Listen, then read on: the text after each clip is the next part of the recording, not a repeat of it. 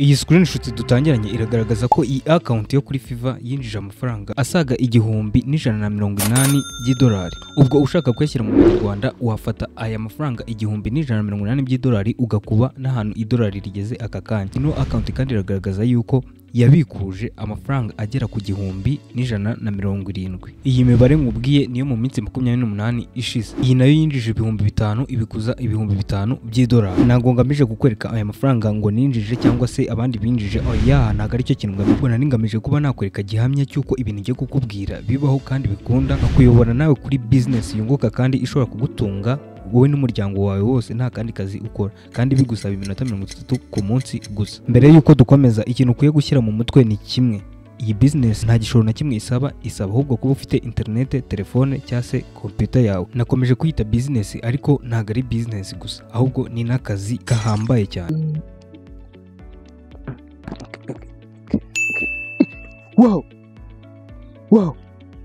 Wow, nakira amafaranga uvuye kuri Fiverr. My God, kamamagare Kata mwana we. Aro, Kata, waduhe tuzoriyo z'ukuntu wafungura Fiverr account mwana we. Ziko ndiye mbonye amadolari we mana. Nagabeshya nunkurikira intambwe ku ntambwe nkuko nabimweretse bishobora gutuma usezera akazi kawe. Imbogamizi yatuma bidakunda ni wowe ushobora kwihutisha isegonda na rimwe rikagucika. Reka dutangire dufungura account. Gusa mbere yuko dutangira gufungura account hano hari ibintu bitatu ugomba kumenya, cyangwa se amategeko atatu abibaho. Ikintu cya mbere, ntiwemerewe kurenza account imwe. Nyine ugomba kugira account imwe. Ikintu cya kabiri, iyo ushaka gufungura indi account ubanza gusiba account wari ufite cyangwa se ukayiclosinga. Ikintu cya gatatu, iyo ushaka kuba seller cyangwa se buyer ukoresha account imwe, ntago uhongera ngo gufungura indi account ngo imwe ubeho seller indi ubeho buyer. Oya, ukoresha account imwe. Okay, reka dutangire. Ikintu cya mbere, ujya kuri fiverr.com. Ukimara kwinjira muri iyo website yabo uhita ukanda hano handitse become a seller.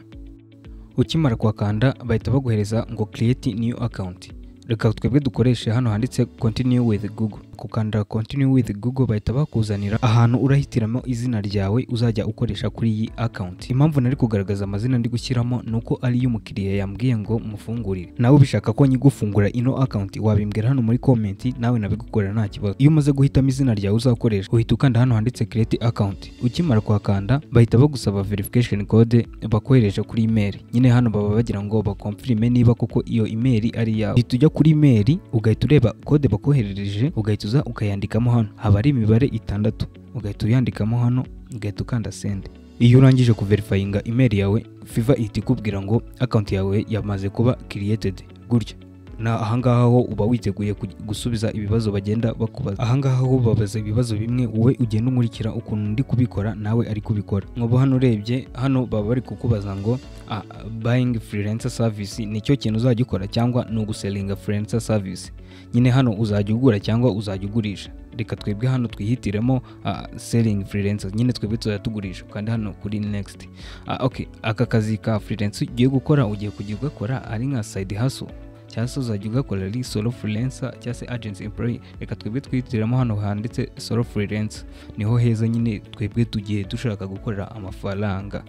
Okay, what your freelancing experience? Ina muntu zaza kubitubaza, reka twihitiramo ko dufite experience yo dusanzwe dukora online, freelancing online.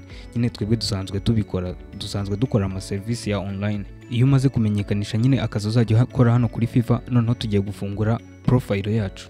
Mbese nyine tugiye kuzuzaho amakuru atandukanye kuri profile yacu. Amakuru azajya agaragara ku bantu tugura nabo cyangwa se ku bantu batugurira serivisi zacu tuzayatuba. Hano rero ubishaka watangira nyine kugenda usoma aya n'amategeko n'amabwiriza n'inama bagenda bakugira, kuko niba ushaka kuba umucuruzi selling on Fiverr, kuri Fiverr nyine niba ushaka kuba umucuruzi. Twebwe reka twikandire hano kuri continue. Iyo umaze gukanda kuri continue, what to make successful Fiverr Pro, nyine ni inama bagenda bakugira. Komeza kugenda ukanda continue aho hantu hari amabara y'icyatsi, nyine aho ngaho handitse continue. Hano n'ubundi ndi kugenda nkanda.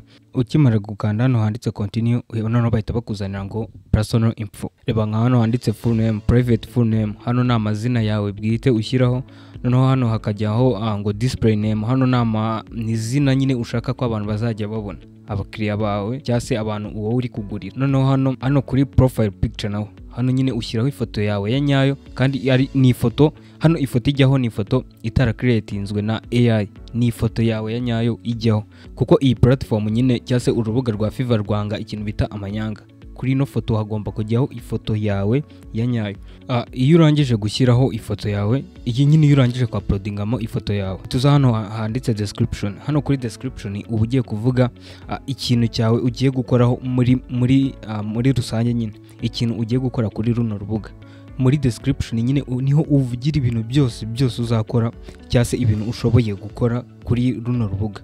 Rero ukuntu ushobora kwiyandikira description yawe, yaba ari mu cyongereza cyangwa se yaba ari mu kinyarwanda, ushobora kwifashisha urubuga nka ChatGPT. ChatGPT ni tool nziza cyane ishobora kugufasha mu gukora ino description. Ahantu rero ushobora gukora idea y'ikintu ushobora gukora kuri ino Fiverr account, ushobora kugenda ukabwira nka ChatGPT ukaba yibwira ati nkeneye kumenya ikintu nshobora gukora kuri Fiverr account cyangwa se kuri Fiverr platform, nshobora gukora kuri Fiverr platform kiri gutrending kandi gishobora kunyinjiriza amafaranga menshi. ChatGPT ifite ubushobozi n'ubuhanga bwo guhita iguha description uri gushaka y'icyo cyifuzo cyawe uyibajije, kandi igendeye ku bintu biri gucuruza kuri Fiverr muri iyo minsi. Nyine ChatGPT ifite ubushobozi bwo kwanaliza ikintu kiri gutanga amafaranga menshi kuri ino Fiverr account, ikaba yakikugiramo inama ati gende ukora iki ngiki. Iyo umaze kubona description ivuye kuri ChatGPT, ushobora gukora copy and paste cyangwa se ukeditingamo utuntu dukeya.